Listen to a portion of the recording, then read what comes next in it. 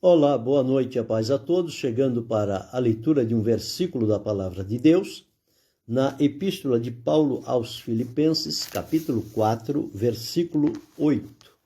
Assim está escrito: Quanto ao mais, irmãos, tudo que é verdadeiro, tudo que é honesto, tudo que é justo, tudo que é puro, tudo que é amável, tudo que é de boa fama, se há alguma virtude e se há algum louvor, nisso pensai.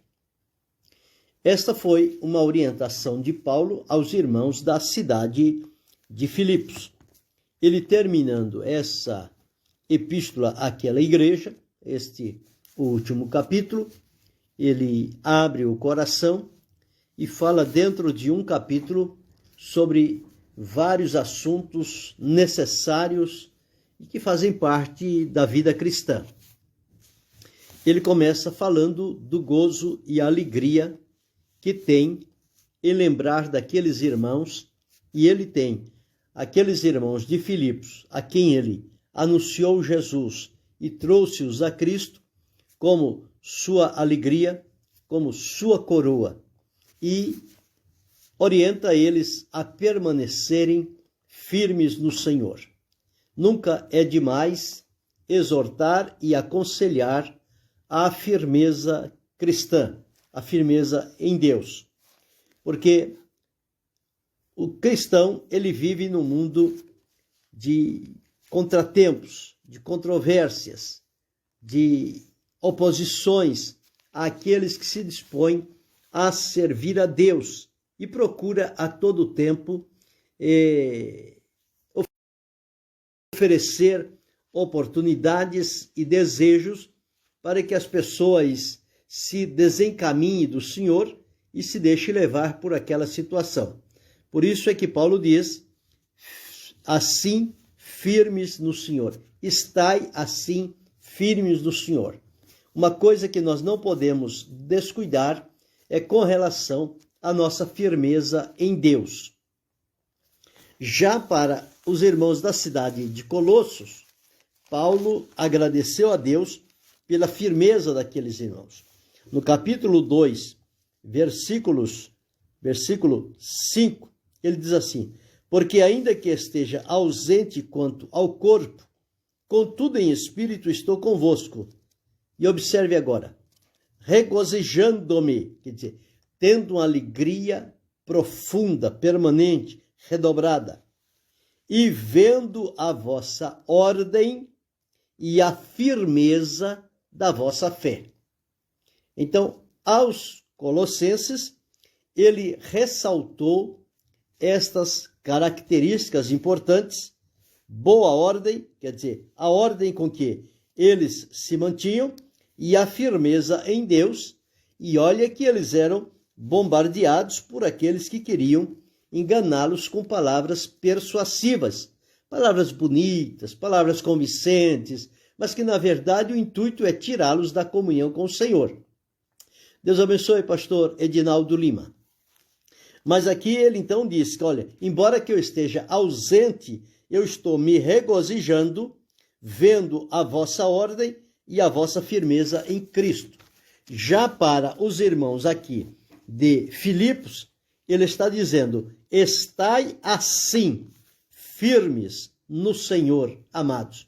Quer dizer, como eles estavam vindo, eles deveriam continuar e não abrir nenhum tipo de brecha, porque qualquer descuido, por pequeno que seja, da parte de quem serve a Deus, de cada um de nós, inclusive, é suficiente para que alguma coisa contrária entre e desestimule, esfrie e enfraqueça o coração das pessoas, e eles passam a olhar para outras direções. Por isso, nunca é demais a advertência e o conselho: estai assim firmes no Senhor. Ele, neste último capítulo, vai dizer também sobre as pessoas que trabalharam com ele, tanto homens como mulheres, que trabalharam incansavelmente quando ele esteve na cidade de Filipos, e disse a eles que era para que eles se regozijassem sempre no Senhor. Quer dizer, que eles tivessem sempre motivos de alegrarem-se em Deus.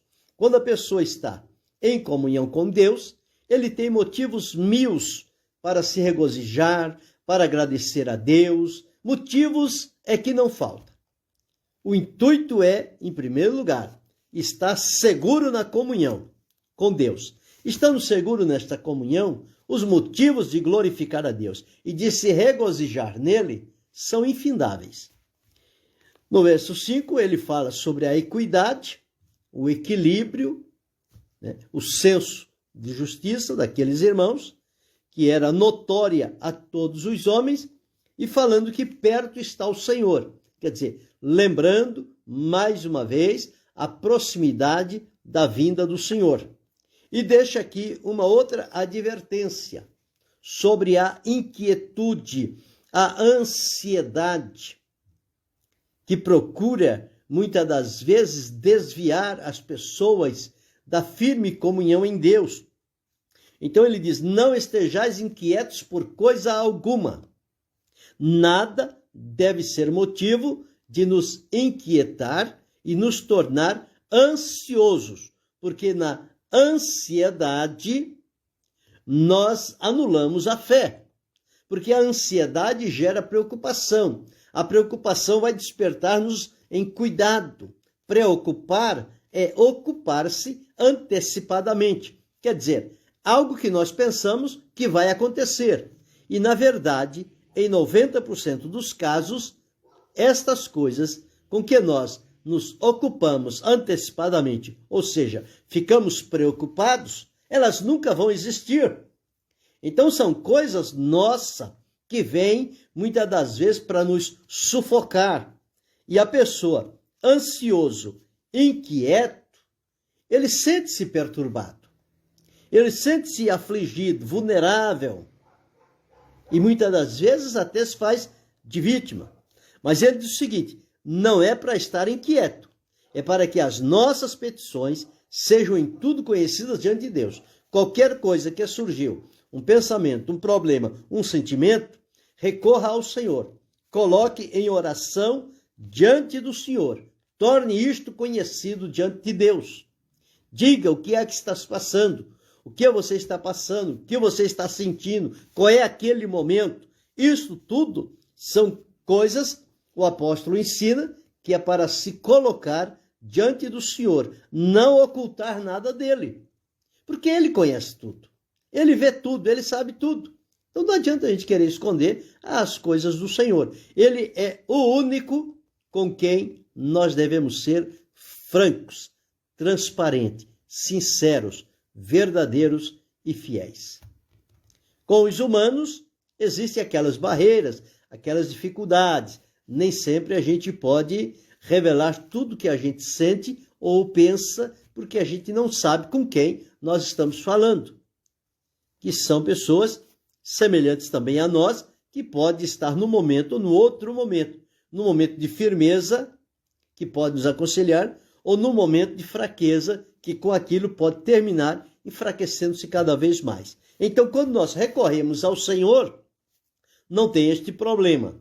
Ele é aquele que vai estar sempre conosco, vai nos ajudar, vai nos socorrer e vai nos orientar, para que não nos deixemos levar pela ansiedade, pela inquietação, mas que a nossa vida de oração seja um contato diário com Deus, aonde nós abrimos para Ele o nosso coração e tudo aquilo que quer, muitas das vezes, nos inquietar.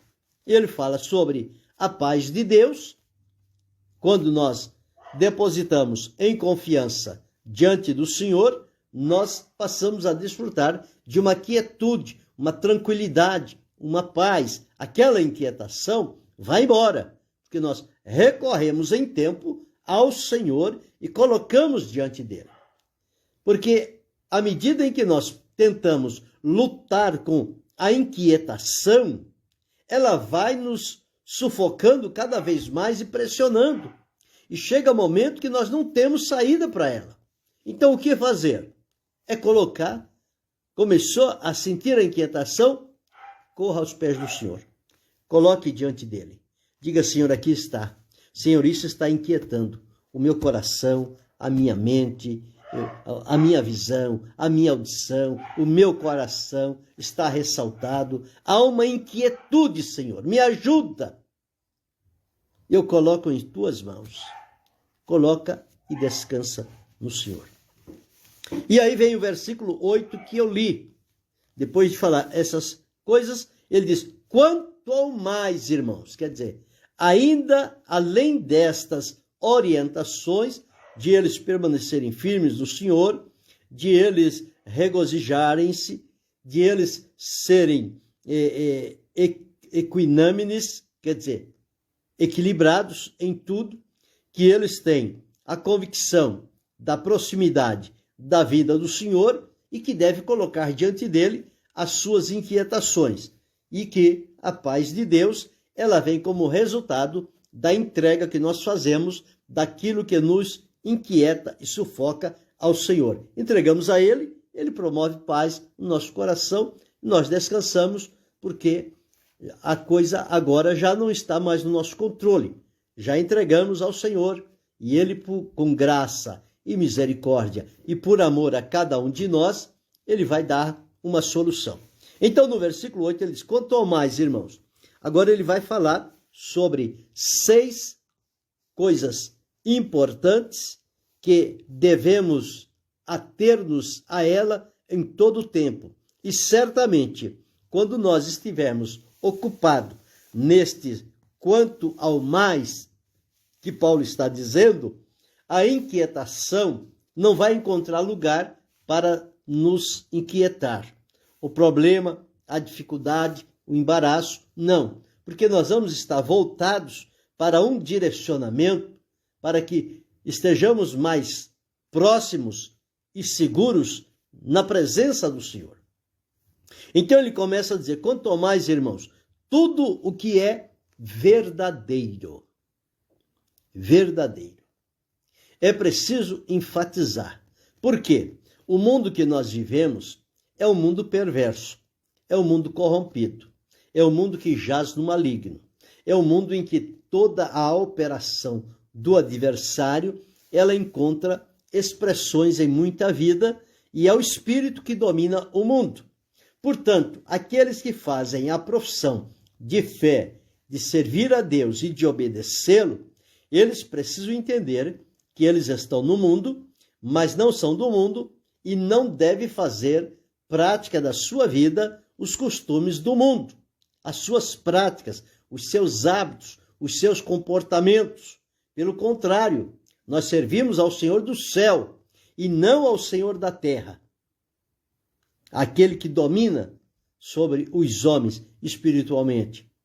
Mas o Senhor do céu, que através de Jesus nos libertou, nos transformou e direcionou a nossa vida para o céu, para a presença de Deus. Então ele diz, quanto ao mais, irmãos, tudo que é verdadeiro. Então aquilo que nós encontrarmos verdadeiro, ele termina dizendo, nisso pensai. Então a nossa mente, ela deve estar ocupada com coisas boas. Por quê?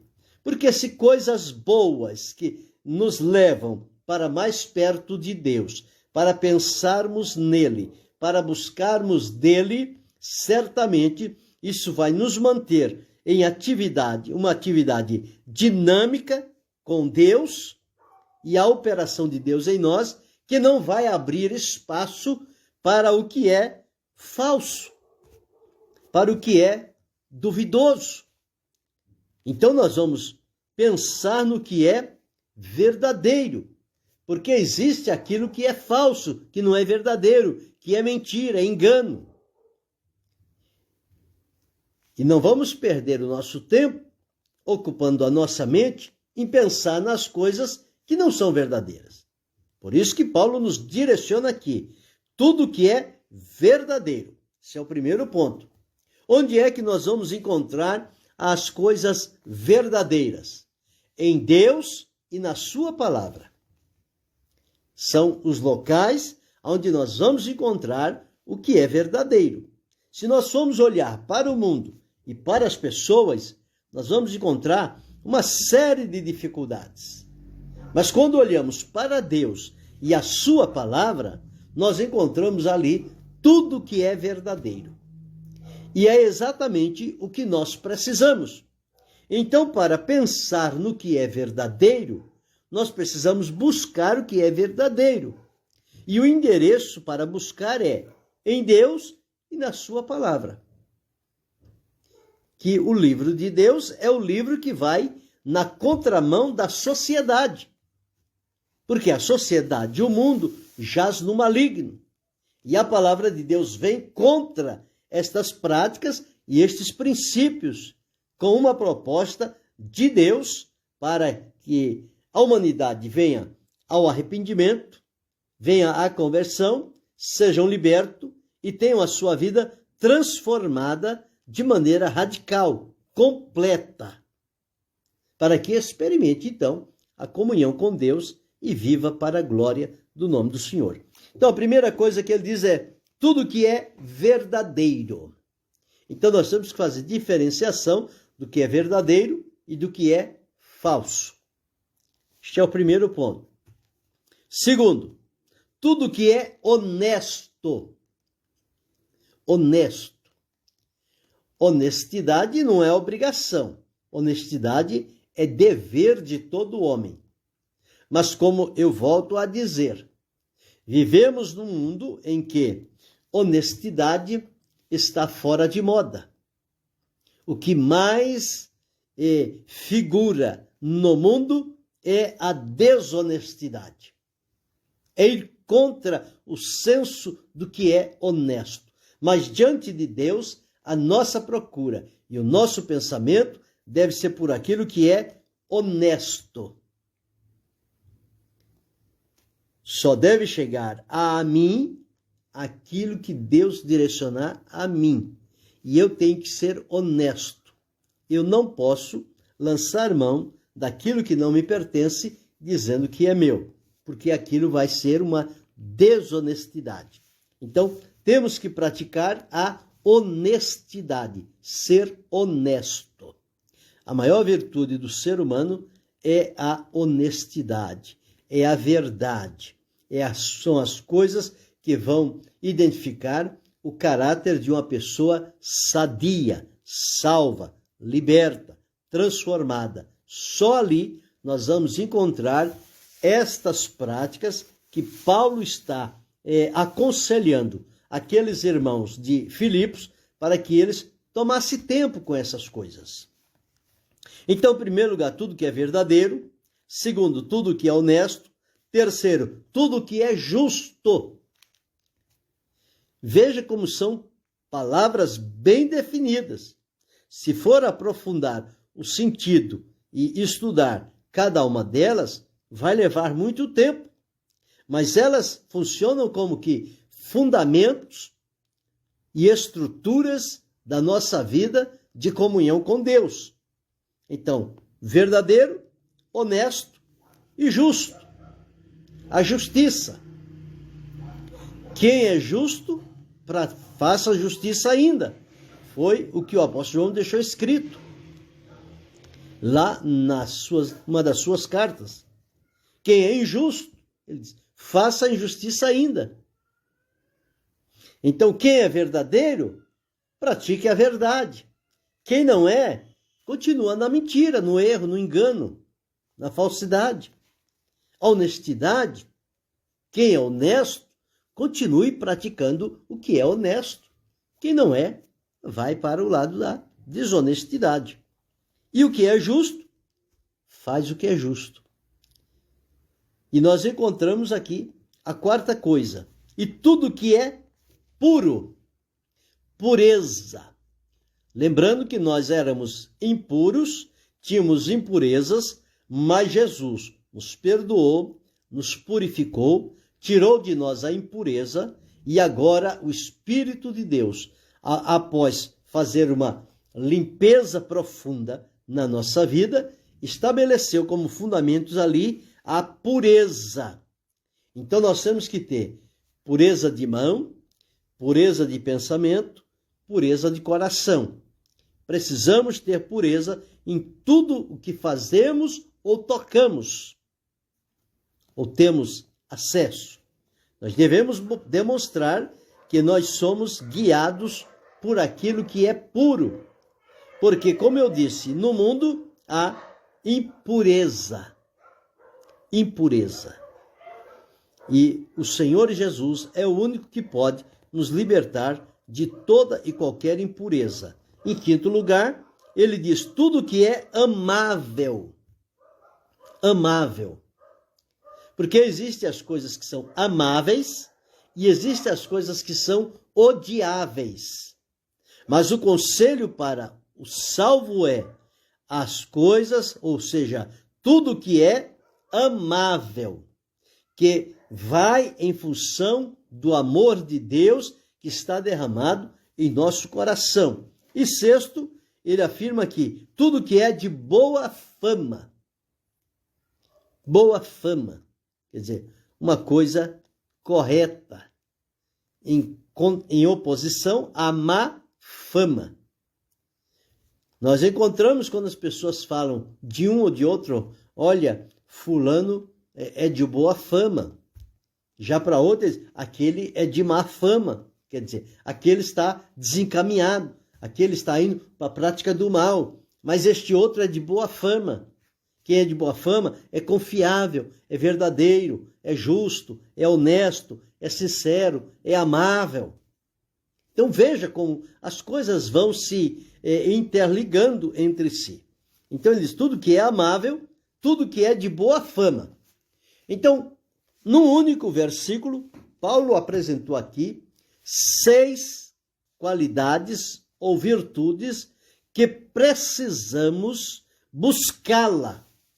E ao encontrar, pensar e viver de acordo com elas na nossa vida. Então, em primeiro lugar, ele disse, tudo que é verdadeiro. Segundo, honesto. Terceiro, justo. Quarto, puro. Quinto, amável. Sexto, de boa fama. Então, 6 coisas no único versículo. E ele termina dizendo, se nestas 6 virtudes, verdade, honestidade, justiça, pureza, amabilidade e boa fama, ele diz, se há nelas alguma virtude, se há algum louvor, algo que, praticando, vai nos identificar com o Senhor e que aqui na terra estamos representando diante da humanidade, ele diz então, nisso pensai. Então são as coisas que devem ocupar o nosso pensamento. Lembrando que aquilo que ocupa o nosso pensamento vai ter ligação com o nosso coração, porque coração e pensamento trabalham juntos. E a boca fala do que estiver cheio no coração. E vamos praticar e viver pelas ações, pelas palavras, pelo ouvir, pelo olhar. Esta prática do que está aqui na palavra de Deus. Olha que quando Paulo escreveu aos Colossenses, no capítulo 3, versículos 1 e 2, ele diz assim, olha, portanto, se já ressuscitaste com Cristo, buscai as coisas que são de cima, onde Cristo está sentado à destra de Deus. Bem, as coisas que são de cima, vamos observar aqui. A verdade é coisa de cima? É. Segundo, a honestidade é coisa de cima? É. Terceiro, a justiça é coisa de cima? É. Quarto, a pureza é coisa de cima? É. Quinto, a amabilidade, que tem como função o amor, é de cima? É. O amor provém de Deus. Sexto, o que é de boa fama é de cima? É. Então, são as coisas que devemos pensar. Então ele diz, as coisas que são de cima, onde Cristo está sentado à destra de Deus. Então, ele diz, buscai. Depois de buscar, ele agora diz, pensai. Versículo 2. Pensai nas coisas que são de cima e não nas que são da terra.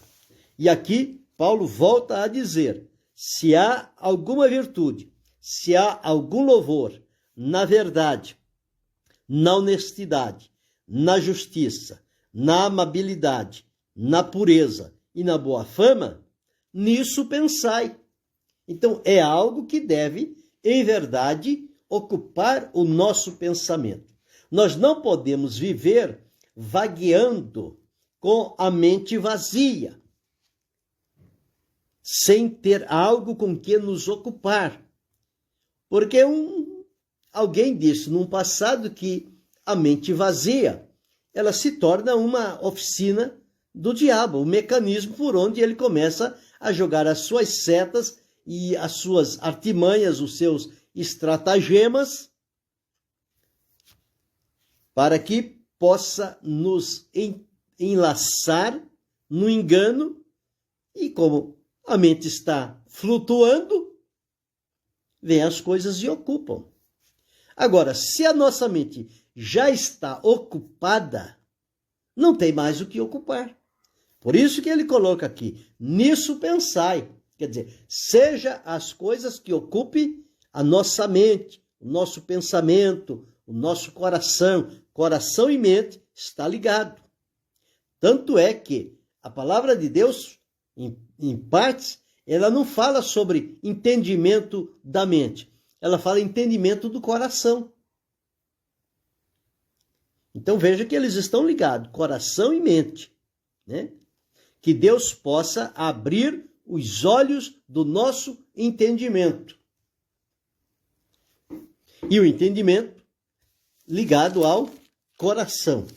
Então, é por isso que nós precisamos observar bem quando a palavra de Deus nos fala sobre estes assuntos necessários para que nós possamos pensar neles.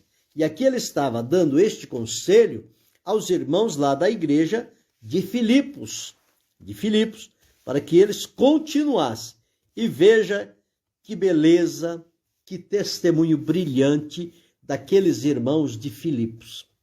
Eles tiveram problemas, tiveram sofrimento, tiveram dificuldades, mas em toda essa epístola vai se ressaltar o quê? O contentamento, a alegria, a satisfação em Deus. Então é algo para se imitar. E quando ele deixa isto gravado, hoje está servindo para mim, está servindo para você, está servindo para cada um de nós. Se nós tomarmos isto e levarmos a sério na nossa vida com Deus, nós seremos enriquecidos espiritualmente. Então não vai haver na nossa mente lugar para dúvida. Nossos ouvidos não vão ficar abertos para ouvir o que não deve. Nossos olhos não vão ser focalizados naquilo que não convém, porque nós estamos comprometidos com este procedimento, com verdade, honestidade, justiça, pureza, amabilidade e boa fama. Então nós já estamos comprometidos, focados, com os olhos voltados. É como o animal de carga, por exemplo, o cavalo. Por que eles colocam aquele tapa-olho nele? Para ele não se distrair com as coisas laterais. Porque se você colocá-lo num trânsito sem aquele tapa-olho, que ele olhe só para frente, ele pode se assustar com um carro, com uma pessoa e pode causar um acidente e também se machucar. Então eles colocam aquilo que? Para a direção dele ser só para frente. E a nossa direção, ela tem que ser assim, para frente e para o alto. Por quê? Nós não podemos ficar olhando as laterais. Não podemos olhar para trás. A palavra de Deus diz que Quem olha para trás não é apto para o reino de Deus. Veja a mulher de Ló, olhou para trás, o que aconteceu com ela? O que acontece com quem recua, com quem olha para trás, com quem volta, sai das fileiras do Senhor e volta atrás, ou fica olhando as laterais, as coisas que vêm. Nas nossas laterais, sabe o que é que acontece? Acontece aquilo que está na Epístola aos Hebreus, no capítulo 11, que ele diz assim, deixando todo embaraço. Quer dizer, portanto, nós que estamos rodeados. Então, as laterais também estão por uma tão grande nuvem de testemunhas e o pecado que tão de perto nos rodeia, deixemos e corramos com paciência a carreira que nos está proposta. Agora, veja bem, olhando para Jesus. Aonde está Jesus para nós? À nossa frente. Aonde está Jesus para nós? No alto, no céu. Ele está à direita de Deus Pai. Então, a nossa visão, a nossa direção é caminhar para a frente e para o alto. Olhando à frente, por onde Jesus vai nos conduzir, olhando ao alto, onde Ele está nos aguardando. Então, por isso que Paulo disse, buscai as coisas que são de cima, pensai nas coisas que são de cima. E aqui ele diz, se nestas virtudes há algum louvor, se há virtude e algum louvor, seja isso que ocupe o nosso pensamento. Então, um pensamento ocupado com estas coisas vai ser um pensamento saudável, um pensamento bom, um coração alimentado com coisas boas. Não vai haver lugar para a inquietação. Os problemas vão continuar vindo? Vão, porque estamos na Terra, somos humanos. Problemas vão surgir, mas eles não vão ter o poder de influenciar a nossa vida e nos perturbar.